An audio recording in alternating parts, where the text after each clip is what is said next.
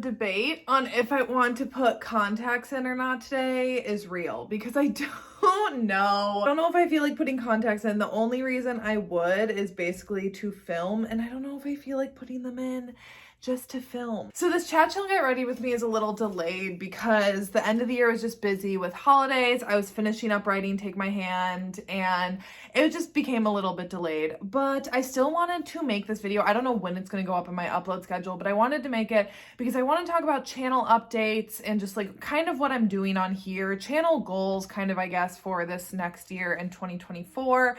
And then also I want to talk about like writing updates, like what you can expect from me in that department if you're interested, and if not, you can totally skip over that part of this video. I also want to talk about my 2023 favorite book boyfriends that I read, because obviously I did my favorites,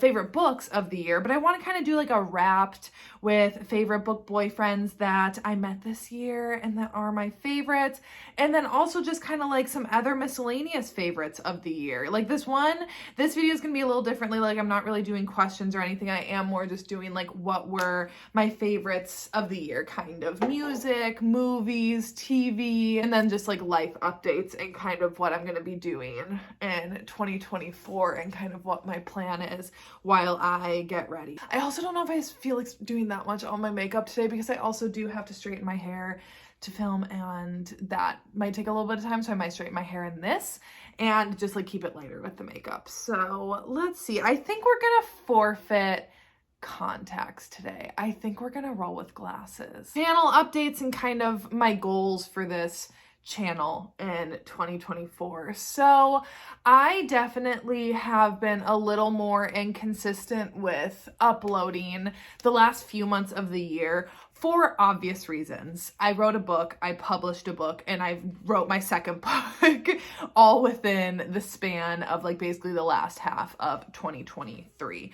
So that has taken up a lot of my time. And as most of you know, I do work full time. I have a full-time regular like 9 to 5 day job.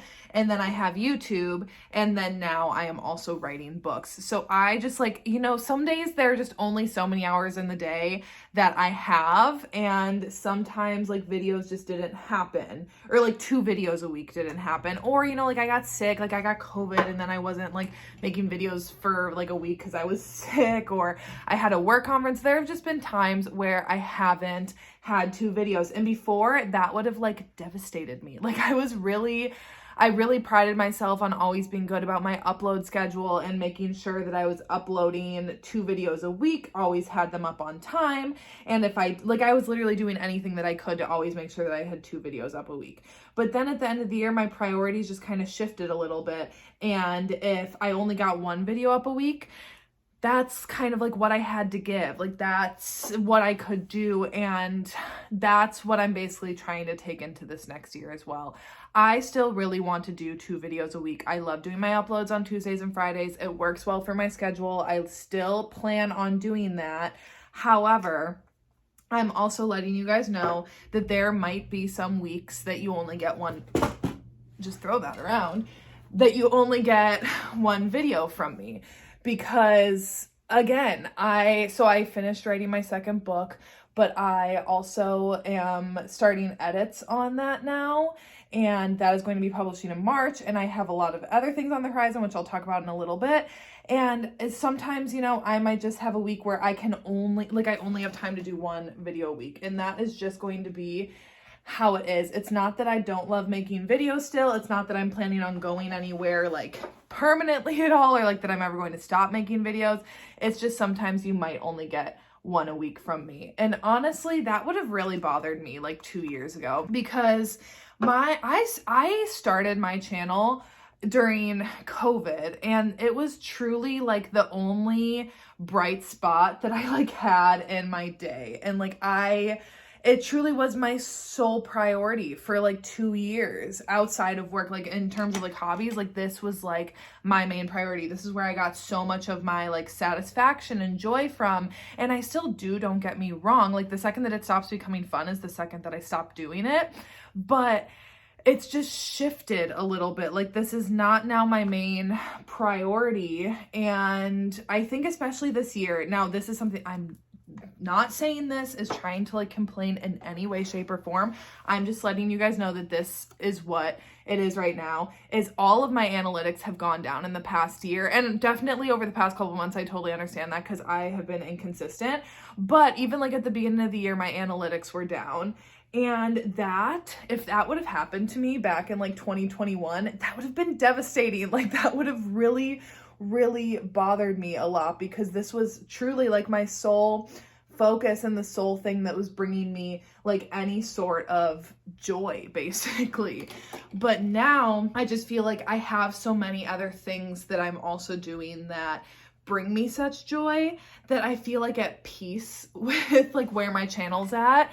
And like, I don't feel pressure for views. I don't feel pressure for growing as fast as I was a year ago, 2 years ago. I don't feel pressure keeping up with like trends on anything. I don't feel pressure to see all of those arrows in my analytics down and like feeling like bad about myself.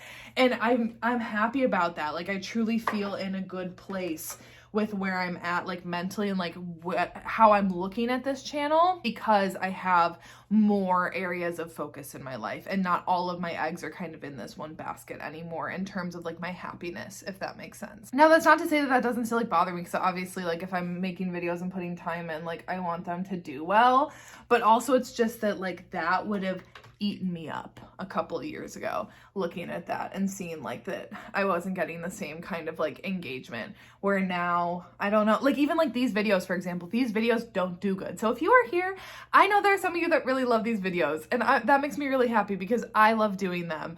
And that's what I've started to like learn to balance on my channel here, is I need to, just as much as I make videos for other people, I need to also make them for myself. So even though these videos do horribly on my channel, it does, like, I just love doing them, so I'm going to keep doing them. And that's just like what I want to focus on. That's kind of where I'm taking my channel in 2024. I just want to focus on making this fun for me, fun for you guys, still being able to give you content that you guys love and are enjoying, while also still maintaining a balanced life for myself, and then also still just enjoying doing it for me as well. And I know some of you were worried about that when I announced like that I was publishing and that I would like stop doing videos, and I'm not. But with that said, publishing it, like writing, is going to take more of my focus in 2024, but you can still expect to see the same kind of content and stuff on my channel. Just like I said, some weeks, you know, like when I'm under deadline, like that might just be weeks that you just get one video a week from me. And I hope that you guys are cool with that. And I feel like the people that are here watching this one especially are going to be the ones that are like cool with that. Now that that is all talked about, now let's get into what you guys can expect from me in 2024 in terms of writing. So if you don't care about any of this, you can skip ahead probably a few minutes. So obviously Take You Down was published in October, and I have since written Take My Hand, which is book 2. It is a complete standalone, so you can read it. It's just like interconnected. If you've read Take You Down, then you have already met Carter and Hayden, who are the couple for Take My Hand, but you could like pick up Take My Hand if you're not interested in Take You Down. You can just jump straight into this next book. I finished writing this book now, about a week ago, maybe. My goal was to be done by January 1st because I have a deadline with my editor to turn it into her on January 25th. So I wanted to be done and give myself a few weeks to be able to work on it myself in terms of, I shouldn't put my bronzer away, in terms of like rereading the story and doing some like big edits before her and I get into like nitty gritty small kind of edits. I flew through writing this book. I wrote it in about 2 months, which is a lot faster for me than Take You Down. Take You Down, I think I had been working on that book, like workshopping it for like 2 years, like in my head mostly. And like I had a few scenes that I had like written out over the course of that time, but like nothing actually in like linear timeline. But I started writing that book, I think in March of last year, and I finished it in August. So that was a lot longer writing process, and also it was not as fun. Let me tell you, I had the most fun writing Take My Hand. I sat down every single day genuinely excited about this story, genuinely excited about these characters. And there were so many times where I was writing a scene and I was kind of like, oh, I should probably like wrap this up. This is getting kind of long, where that was never a problem for me in Take You Down. Mostly it was like, oh shit, I feel like this is too short. I need to like keep going with it. And I like kind of got stuck.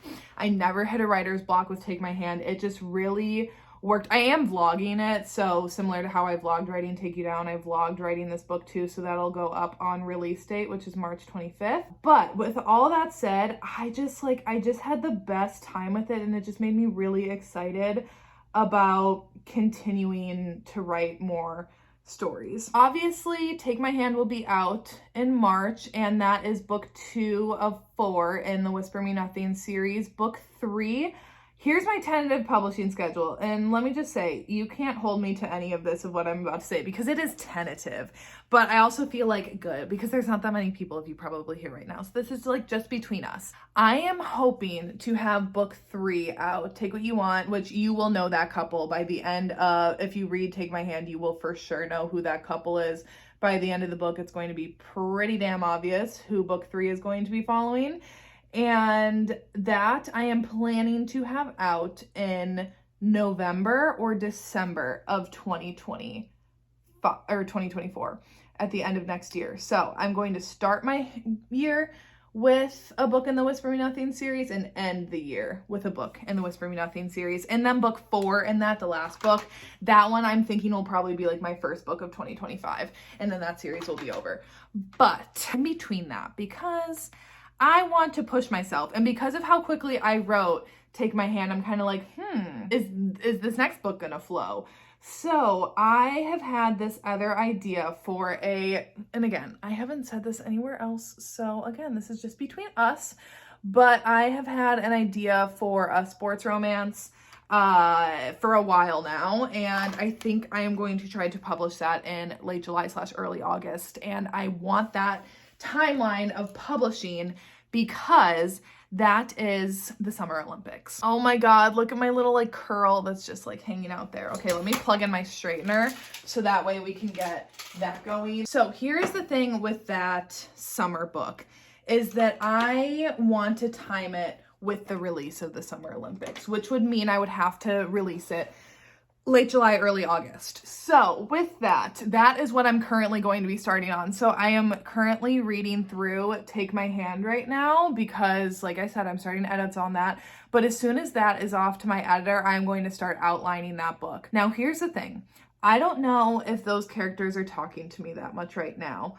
I've had them in my head. I have a few rough ideas for their story, but they have not been the most chatty to me lately, where book 3's couple of Whisper Me Nothings is very prevalent in my head, but I want to tell them to like shut up for a little bit because I really want to release something in between books 2 and 3 of Whisper Me Nothing. I'm gonna see if this sports romance can come together while my book is off with my editor, because if I'm gonna give it a couple of weeks, and if it's not coming, then I'm not gonna force it, and I will just hold that story and get over the fact that it won't be released like right around Summer Olympic time. Like that's just kind of where I'm at with that one.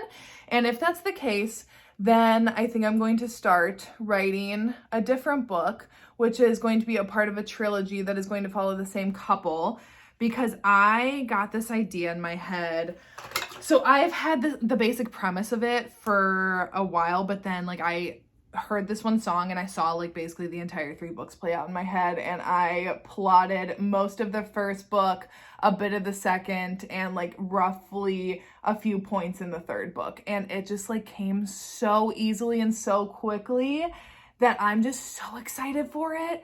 So that I might write book 1 on that. And if you are interested in that one, it'll be a love triangle. It will be a boyfriend's brother and a few other tropes, but I'm going to kind of lock it in. But I'm just going to kind of say that just enough to like tease, because I don't want to like talk about it too much before it's like fully fleshed out. But if so, then I'm going to start writing that, and then that'll be book 1, and that'll probably be released over late summer if I can't get the sports romance through my head. So that is kind of what you can expect. I'm hoping to have 3 books published next year. Like I said, we will see. That is all tentative and who knows what life might bring, but as of right now, that is really what I'm hoping for. Okay, Dorian's here. I'm gonna interrupt this video a little bit because I realized that I didn't talk about something that I wanted to talk about in this video when I was also talking about writing updates and everything. I just wanted to throw this in there because I saw this comment on a review. After I finished Take My Hand, I finally looked up some reviews of Take You Down. I purposely avoided looking at them because I didn't want to get in my head if like a bunch of people were just saying that like I sucked, and which is fair enough. Everyone's entitled to their own opinion, and Take You Down is not going to be the best book that I ever write. It was just a start for me. But I looked up some reviews and I got this comment on one, and this is absolutely no shade, no tea to this review. I totally agreed with like everything that the review said, and this part specifically, and I wanted to highlight it and I wanted to talk about it with you guys quick because I do feel like it's something that took you guys by surprise when I announced that I was writing a book. That first of all, that the first one was Rockstar, Grumpy Sunshine, that it wasn't, I guess what it wasn't a dark book, it wasn't an age gap, it wasn't taboo, it wasn't forbidden, it wasn't a student teacher book, which I know I've gotten a lot of comments about. Maybe one day, guys, never say never, but as of right now, I don't have like any ideas for a student teacher book in my head. I just feel like I've read too many, but I would love to write one day because it is my favorite trope. But with that said, I think a lot of you were surprised that of everything my book wasn't, and then also that it was not crazy spicy. Obviously, I'm not a closed door bitch. I'm not gonna do that to you. I'm not gonna tease you like that and not give you anything. But also this book is not super, like Take You Down was not very spicy. I would rate it personally maybe like around a 2. I think there are like 3 scenes of them together maybe. I mean, they're detailed, but they're not like anything insane. They're not like doing any crazy shit, okay? They're just kind of like hooking up with each other. And I think a lot of you are expecting something different from me. And I don't disagree with this comment whatsoever because it is different from what I read. But I also think that what I love to read and what I feel called to write are 2 kind of separate things. Now, don't get me wrong. I'm never going to say never of me writing a dark romance, writing a taboo romance, whatever. The 4th book in the Whisper Me Nothing series is going to be an age gap. But with that said, in terms of the spice of book 1, I also just want to talk about the spice level and Take My Hand. It is hotter. Objectively, it's just hotter. Hayden and Carter, that aspect of the physical part of their relationship is a lot more important to their relationship and to the development of them both than it was to Walker and Scar's story. So with Walker and Scar, they first of all start out as strangers. It's more of a slow burn, and truly so much of their relationship is built on the 2 of them opening up to each other and developing trust, because Scar is a very guarded person. She's a very guarded character, and it took her a long time to open up emotionally to Walker. And that is where my focus was in that book. Their physical aspect of their relationship was not as important to them as the other aspects of their story were. So with that said, it obviously was not as spicy. And I understand why some people were kind of like disappointed by that. I understand. But I'm never going to just write spice into a book just to write more smut, because that I don't think is like where I shine as like a storyteller. And there are certain authors that just do smut insanely well, and it's part of their brand. Like I think of like QB, amazing spice. It always feels different. It drives so much of her books. That's just, I don't think going to be my like niche in writing. But with that said, Take My Hand, Hayden and Carter, so much of their relationship evolution involves the physical aspect of their relationship, because if you've read Take You Down, you know what happened in Hayden's past, and if you haven't, then you can read Take My Hand and find out. But he lived through a very traumatic event that for him took away kind of all sense of control that he had in his life. And now kind of the only way that he can be in control is in a certain aspect of his life, and he gets off on having control in that area. And Carter is in a position where she, for the first time in her adult life, is completely on her own. And she's having to make all of these decisions, figure all of these things out by herself for the first time. And she's kind of like overwhelmed by that. And when she can give up all of that control over to Hayden and kind of allow him to guide those interactions, it's mutually beneficial for the 2 of them. And it is important to their relationship. And Hayden has certain tastes and Carter likes those. And it just, it's hotter. It's more frequent, it's more detailed. It's got certain things added in there that like where Walker and Scar, you know, were just like hooking up. Like it's not like vanilla, but like, you know, they were just like doing it. Hayden and Carter's is a little bit more intense. It has a little bit more to it. And there's some different dynamics added into the mix of it. So Take My Hand is objectively going to be spicier. I think people who wanted that and missed it in book 1 are going to be happy with it. But also for the people who are like, don't just write smut for the sake of writing smut. I promise I'm never going to do that. This, though, was important for their characters. The moments that they shared together were important to their story and are important to their character and relationship development. I personally like the spice level in this book. I just think for book 1, it wasn't needed. At least for me writing it and what I felt like what the characters needed. Maybe I was wrong on that and maybe I underestimated that aspect of that, and that very well could be. And I'm totally open if like that's still how people feel about it. But I just kind of wanted to just kind of talk that through a little bit with you guys. And also just, I know that a lot of you were surprised of like the content that I'm writing, that it doesn't align with what I read. And I don't know what else to say, is that I just like, I don't have those ideas in my head, and I'm not going to force something just because I think people have certain expectations of what they want from me. If I ever have those stories pop in my head, trust me, I will tell them. But just right now, that's just like, I don't have any ideas that kind of fit alongside the tropes that I typically love to read. So I just wanted to toss that in there. Just wanted to talk about that quick for anyone who cares to listen. But I totally agreed with this review, and I think she said a lot of what a lot of other people were thinking. So just wanted to kind of like talk that out a little bit. But like I said, for I think those who are looking for some higher heat, I think you're gonna like Hayden Coleman.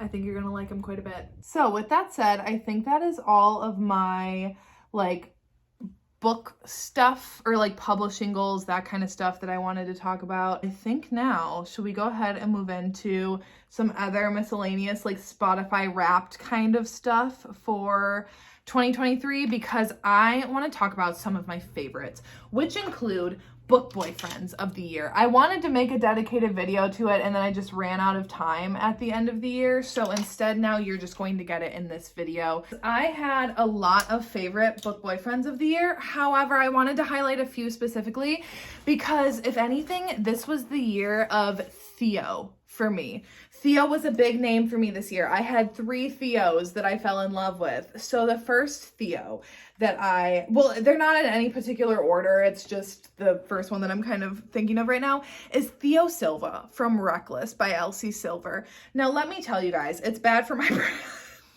that I'm so obsessed with him. Also, this hair is so cute. Here's the thing with this man is that I am not even, y'all know me, I'm not even just like not about cowboys. I would say I'm like anti-cowboy.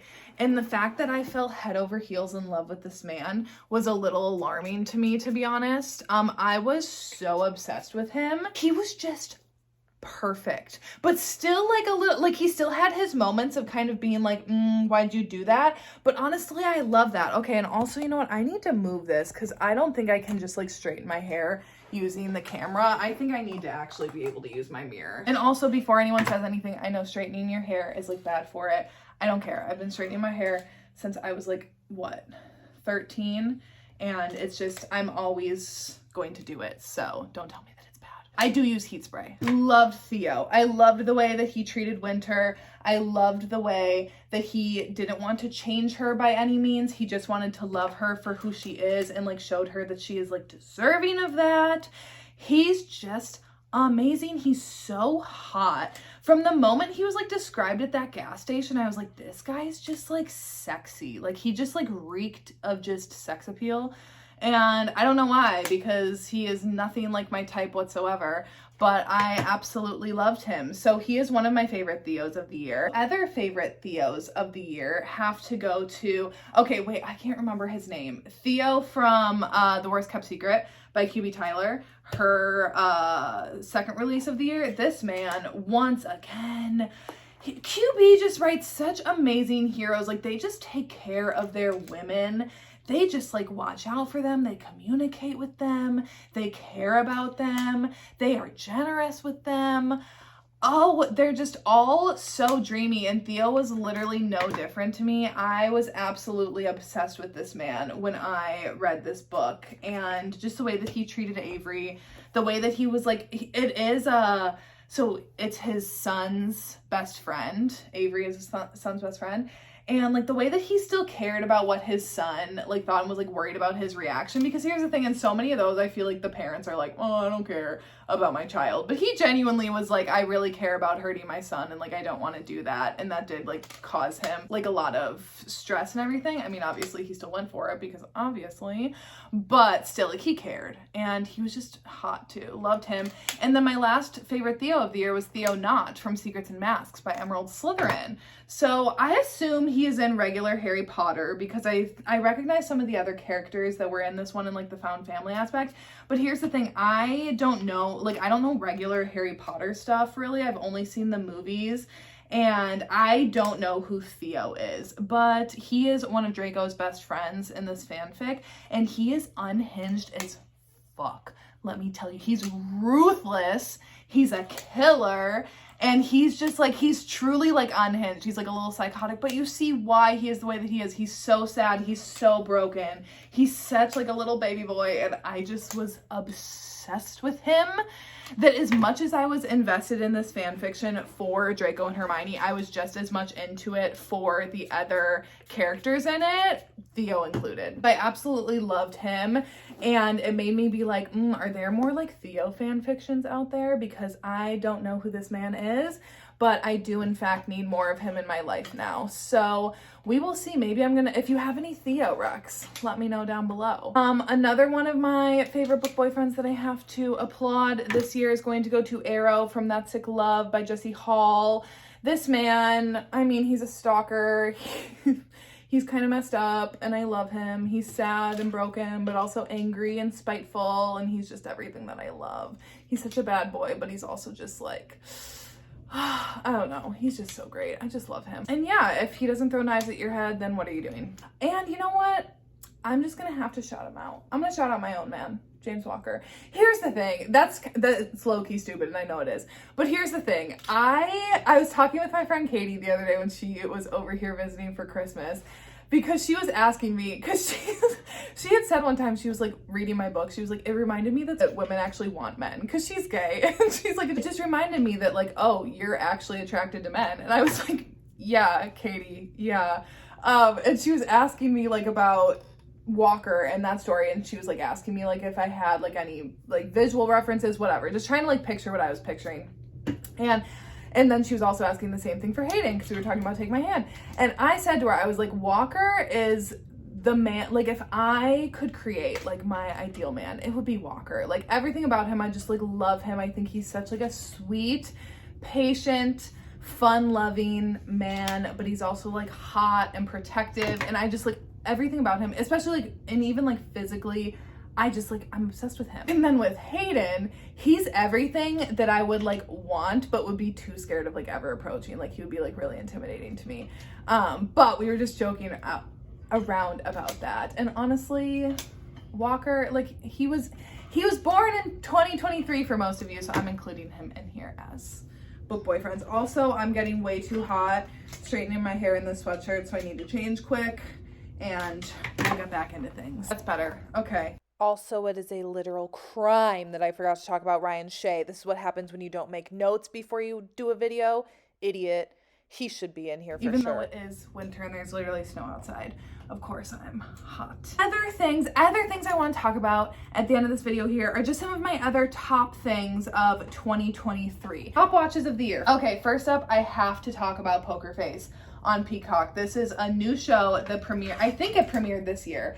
And this show had me in such a chokehold when I was watching it. I think I watched it twice. No, did I maybe watch it 3 times all the way through? I have a very like addictive personality, so as soon as I like something, I'm going to obsess over it and not think about anything else. So me saying that I watch something 2 or 3 times honestly really isn't that rare for me. I watch most things 2 or 3 times when I love them, or even more.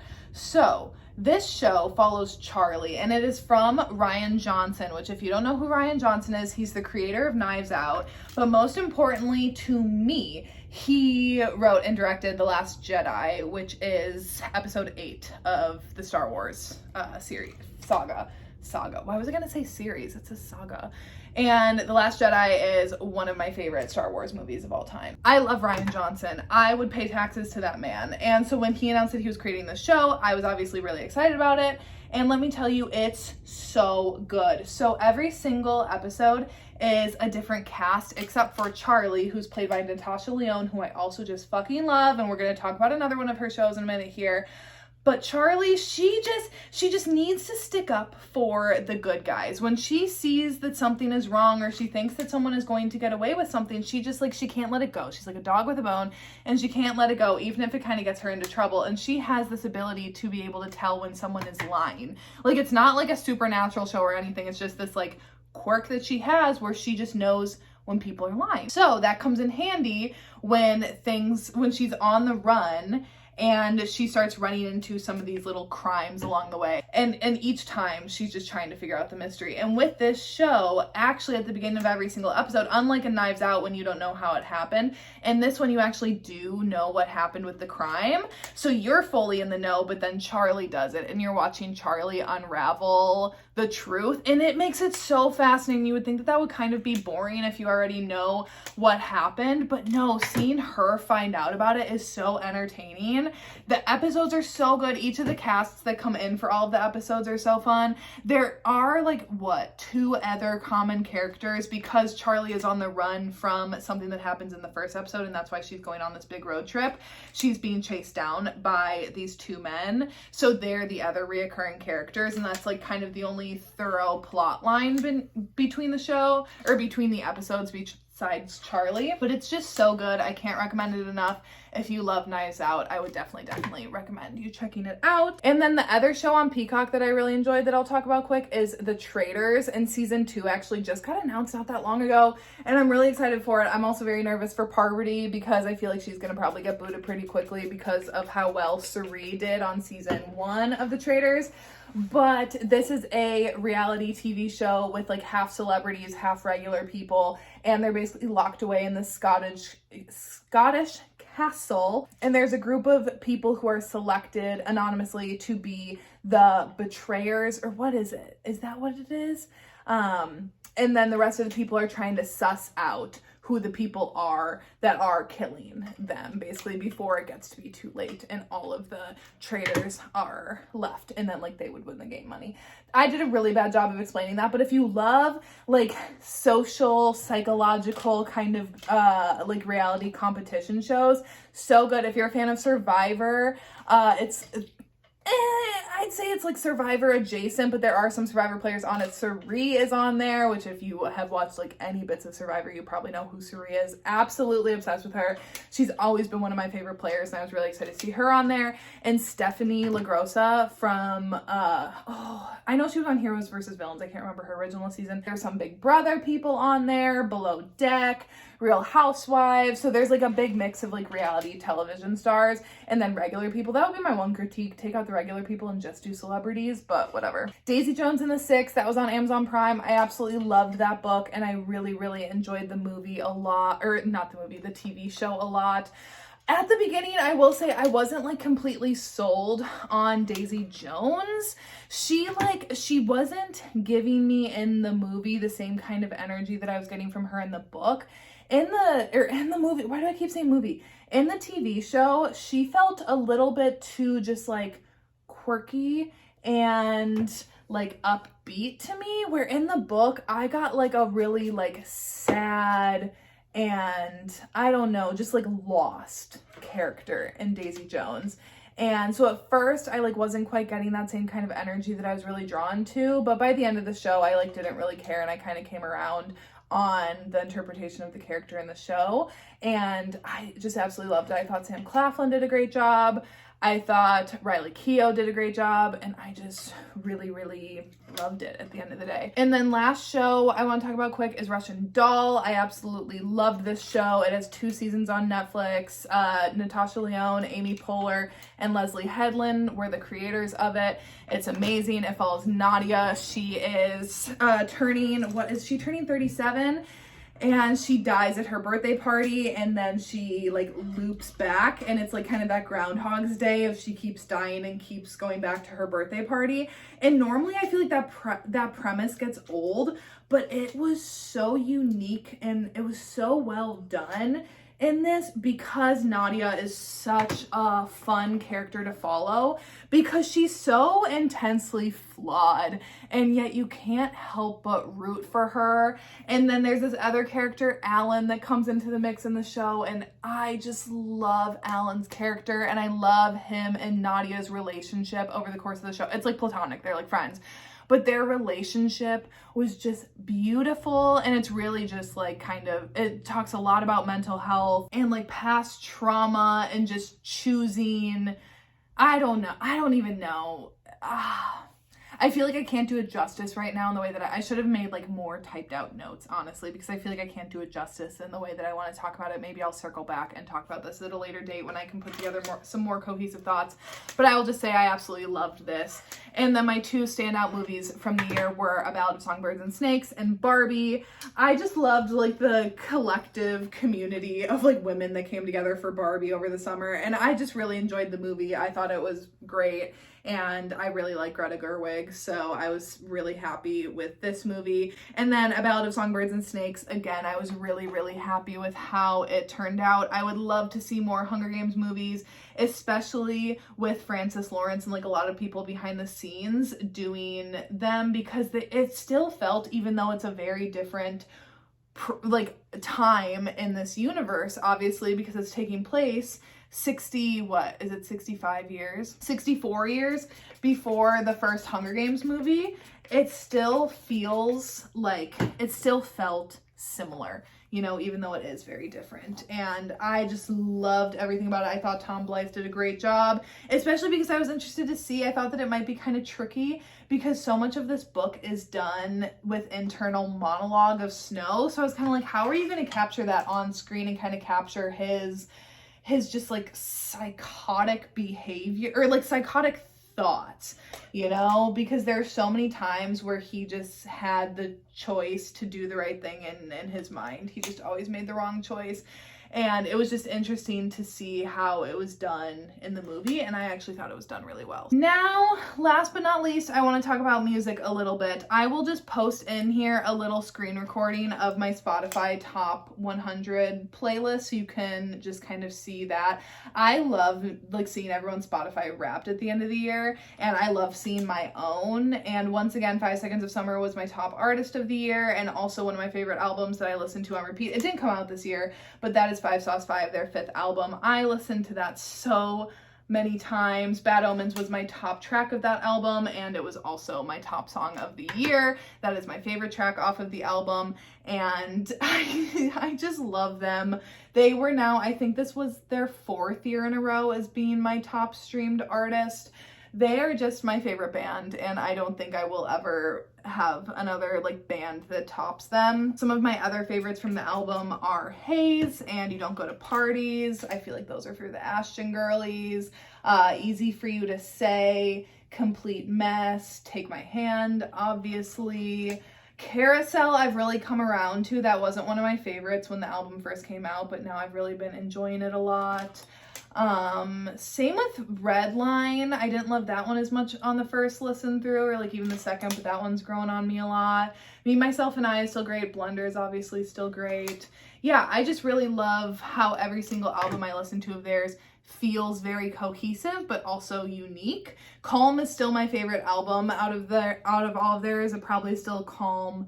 Then I don't know if it's Youngblood or 5 Sauce 5, but just 5 Seconds of Summer is forever and always going to be just that band for me. And then one of my other favorite albums of the year, I think I'm going to talk about like my top 3 albums and then the artists that go with them, because that is kind of like where I spent a lot of my time outside of like my book playlists, because obviously I listen to my character playlists a lot. And some of these songs are on there, a lot of them aren't, but when I'm just like personally just listening to music, these were the albums that I was going to over and over again.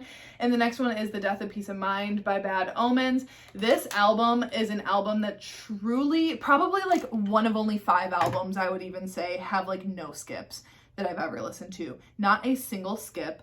This album is perfect front to back. If you're going to listen to it front to back. It's just so good. And also, granted, if I don't know, I think this is technically like classified as like metal or like rock, obviously, I think. Here's the thing, I really don't listen to anything outside of EDM, with the exception of like 5 Seconds of Summer and Harry Styles. So I am very new into like this genre this year. Like I listened to Sleep Token, Bring Me the Horizon. I've had like a few songs throughout the years that I've listened to of them, but this is the first year that I feel like I've listened to more. And I think that is because of Bad Omens getting me into the genre more, and this album specifically. So I think that's what you would classify it as. Where do I don't even know what to say about this album except that I just genuinely love it so much. I think Noah Sebastian is so talented. His voice is just absolutely incredible. I think his range is incredible. His lyricism is beautiful. The songs are all so unique, but also still have such a cohesive feel to the album. I love because it incorporates a lot of like electronic elements that are familiar to me as someone who just pretty much listens to EDM, that I have enough in here that I feel like kind of comforted by a little bit, because it like feels the same but also very different. Favorite songs off, I mean, like I said, I literally love all of them, but Like a Villain, The Gray, the title track, The Death of Peace of Mind, obviously, Concrete Jungle, Miracle, Nowhere to Go, Just Pretend, I mean, obviously that's a great song too. Yeah, I pretty much love every song on this album and it's perfect. Artificial Suicide, how could I forget about that? That's another song. First listen through, I was like, this one's just not for me. I'm not at that level yet. Now that song comes on and I get so fucking excited. I love that song so much. Yeah, we will see. I'll be interested to see kind of like where my music taste goes in this next year, because I feel like I could lean more into like metal a little bit, which is new for me. That's new for me. I literally don't stray from what I listen to, so kind of wild. And last but not least, the album again that I listened to the most this year is Alenium, and it's his title track album. I love Alenium. I have been a fan of his for, I don't even know, since like 2016, 2017. Years and years and years, and he's always been one of my top artists in my Spotify Wrapped. Again, like I think he was always one of my top ones before 5 Seconds of Summer kind of took over that spot, and now he's like pretty much always number 2. I love all of his albums. His Ascend album is one of my favorite albums of all time. Again, one that has literally not a single skip, and I won't hear arguments about it. But his self-titled album came out this year, and I really enjoyed it. It's not my favorite album of his, but I did really love it, and I kind of loved like the completion of the journey that I felt like it kind of brought to his past like 4 albums almost, or past like 3 albums. Brought in so many great collabs on this album too that were just fun. Like so many of the songs, they just felt again like very unique, and they felt like different for him, but also still had that same vibe to them that kept me like interested from the past albums. And my favorite tracks off of this one are probably All That Really Matters. I love Starfall. I think that's the first track on the album, and I think that that's a really great opening. I also really love You Were Right, but again, the other like collabs on that one, just some of my other favorites that I love. From the Ashes, that was a single, I think, from it, but obviously still love it on the album. Love Me a Little, again, that was another single off of it, but is probably my favorite off of the album. I don't know, that's kind of like hard to say. I really, really enjoyed that. So those are my favorite artists and albums of the year. And one thing that I would just love to see more in 2023 that is kind of relevant to the end of what I'm talking about here is more concert films. That is something that I feel like we saw a bit more of in 2023, and I want to see that energy continue into 2024. Because 5 Seconds of Summer put up a documentary like right around Christmas. It was half documentary, half show of the 5 Seconds of Summer show with some of their songs and like some behind the scenes stuff. I loved that because I was not able to go to their show, and I loved being able to still see parts of it. And like I love also seeing the behind the scenes stuff. They did that. Bad Omens did a live stream of one of their shows, so I was able to watch that because again, I was not able to see them this year. So that was great to be able to see their whole set live. And I know obviously like Taylor Swift did like her movie. I haven't watched that, but I know so many people have been loving that. Like Beyonce's doing that with her Renaissance tour, which again is just great. I just want to see more artists doing these like live concert videos, whether it's on YouTube, whether it's on some other website, whether it's on streaming, whatever. I just want to see more of that, because here's the thing. Concerts are so expensive to go to, and not everyone can afford to go and see their favorite artists in concert. And a lot, because it's not just the concert tickets, if you can get them, which that's a whole other thing of if you can even get them. Luckily for me, I don't think I really like have any like artists that I try to see that I can't get tickets to. You know, a lot of mine are like EDM people, so like they don't really sell out like stadium tours or anything, or like 5 Seconds of Summer, who I've never seen them where I have, or like tried to get a ticket where I haven't been able to. Bad Omens, it did sell out, like their show near me did sell out, but also I didn't have anyone to go with. So, because that's another thing with them, like my friends don't, like I said, I'm very new to metal. My friends don't listen to metal in the slightest. And honestly, I would have been kind of intimidated going to their show. I do really want to see them at some point, but I didn't obviously go and see them this year. But back to like the whole concert thing. So it's not even just the tickets. It is the fact that concerts are just so expensive, because unless if you live in the city, then you have to drive or fly, pay for parking, gas. You have to pay for food if you don't live there, and then you have to pay for a hotel. There's just so many additional costs that come with concerts. And especially right now where so many people are just like struggling just in like day-to-day life, just with bills and things like that, that giving people an opportunity to still be able to see their favorite artists perform just in a different format, I just think is a smart move. It's great for fans. It's also extra money for the artists because they can get money from the concert movies. And I don't think that it's going to affect in-person ticket sales, because the people who still want to go see concerts in person and that are able to are still going to buy those tickets. They're still going to show up. But for people who can't make it, or like for me, the 5 Seconds of Summer show that came around, they only came again to Minneapolis and Chicago. Those are like, they didn't come anywhere in Wisconsin. So then I would have to drive to go and see them in either of those two places. And I've also already seen them twice. And I don't, like, my friends are not huge fans of them. They more go with me because they just like going to concerts. But again, that's a lot to ask people to spend money again. And also the concert that they did was 2 days before the Jonas Brothers show in Chicago, which I was already going to that. So it would have been like, I would have had to go to Chicago, drive back, spend a night, then drive back to Chicago, like 2 nights. It would have been too expensive. But I really wanted to see them. So I loved getting to see part of their concert online. All the people who couldn't get Taylor Swift tickets now can watch the Eras tour. All the people who couldn't get Beyonce tickets can watch Beyonce's tour.